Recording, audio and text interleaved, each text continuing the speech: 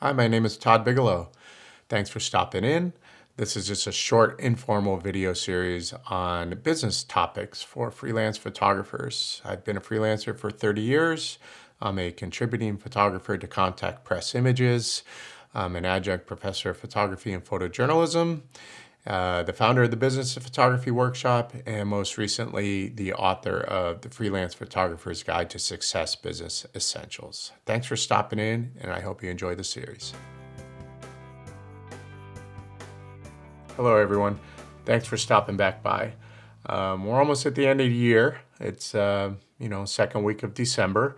A lot of reporting going on in the news, obviously, about year-ending things and how the economy's doing and looking back at 2021.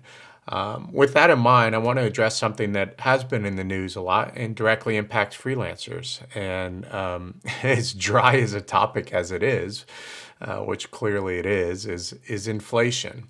So what does inflation have to do with, you and I and what we do? A lot, actually, because as most of you know, when inflation goes up, when the costs of goods go up and they're passed on to us as consumers, with everything from gear to, CF or microcards or hard drives or computers or even just a gas to go shoot an assignment or anything. We have to either absorb those costs, the rising, price that we pay for them, and take that off of our end, or we can, of course, do what most businesses do, which is try to pass some of that elevated cost on to our clients.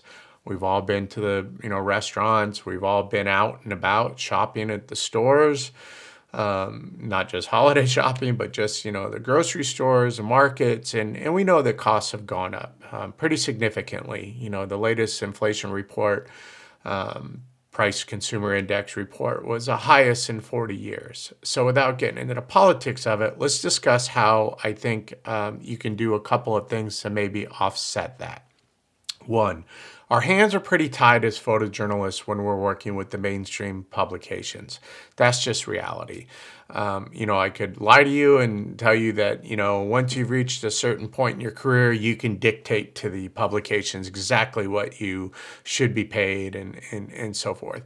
That might be the case for a very small percentage of people, the 1%, so to speak. But even those of us that have worked with the best publications for many years, you're going to be provided an opportunity to shoot for them under their contract and under their rates. And those editorial rates are pretty set in stone.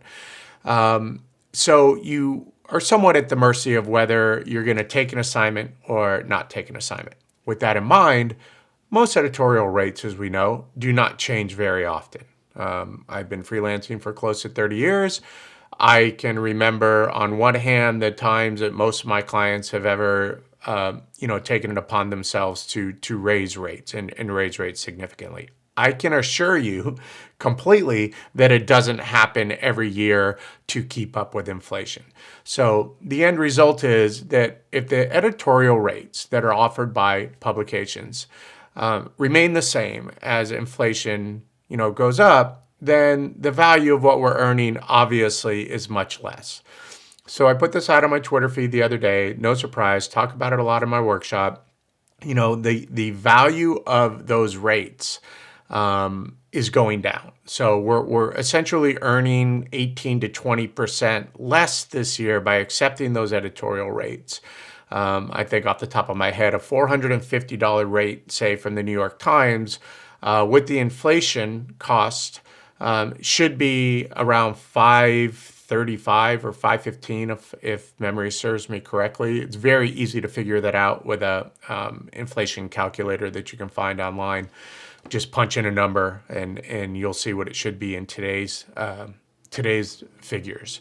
So again, with that in mind, if you only have editorial clients, you're probably wondering why it feels like you're struggling a little bit more, perhaps, that your money isn't going as far. And it's obvious because we're paying more for goods, but we're not making any more from our main clients. So how do we deal with that? We can't really tell any of the mainstream publications. I'd love to work with you, but that 450 is insufficient now. I need 535. In all likelihood, they're going to say, thank you so much. And they're going to pick up the phone or drop an email on another freelancer who's going to grab that assignment. So you don't want to lose those clients, right? Of course not. We all want to keep whatever, foot we can in the editorial world so we can, as photojournalists, get our work published in good publications. However, you have to diversify, I think, and that's where you can make up some of that cost. When you diversify into, working with perhaps corporate and nonprofits, specifically with corporations. So I do some work, that deals with, headshots and website work for particular companies that want you to come in and just update their employee portraits for their website or anything along that line. Lifestyle portraiture, even if it's not for a corporation and it's just for somebody that wants you to come in, an actor, an actress, an athlete, an artist, anybody that might need some images to promote themselves on their website or promote themselves through social media, which again is I get a number of emails that are requesting just portraits for social media use. So in those situations, you can easily control your rate. So I did a couple of things in the last couple of months where I raised my rates 15%. This year, and I met no resistance to that, and I quickly explained why, and that was accepted. So I think it's important that you diversify and you try to find, some arenas that you can work where you can more control those rates. My nonprofit work oftentimes those assignments come in the form of flat rates, meaning can you take the job for $1,200? Can you take the job for $1,500, depending on what it is? And I'll do a quick analysis, and if it's within reason, then I accept that job. Nonprofits that I work with tend to not have that one only rate that they're going to pay. They have kind of an in-town rate that might involve a little bit more, setup and work and maybe an assistant and so forth. But I definitely feel like I have more flexibility in setting those rates or negotiating those rates. I don't really have any nonprofits that say this is our rate, take it or leave it. If you do, see if you can maybe work in some other nonprofits where you can control that rate a little bit more.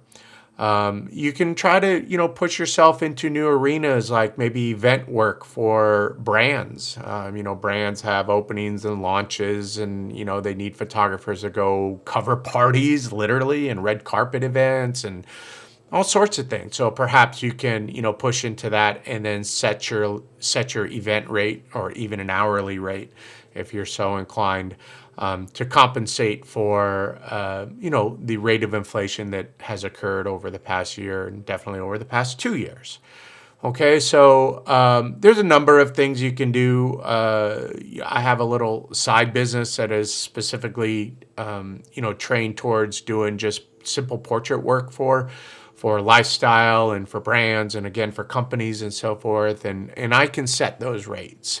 And then when work comes along from, more mainstream publications, or I'm going to license something to more mainstream publications, I have less ability to kind of, demand a certain rate, particularly with the assignments. With licensing, I can negotiate more, but with the assignments, it's more or less take it or leave it with the editorial. So just to kind of draw in some ways in which you can deal with a time when things have become, quite a bit more expensive for us to run our business. I'm shooting this on an R5 that I bought this year. It was not cheap. I have microphones and computers and lights going, obviously. So, these things do cost us money. We want to make sure at the end of the year that we're not absorbing every single penny of the increasing costs, and we try to find ways in which to pass those things on fairly, of course, so that we don't lose businesses or clients. Okay. Hope that helps. I'll see you possibly one more time. I'm going to be heading out of town, but I hope you've had a good year, and I thank you for stopping back by.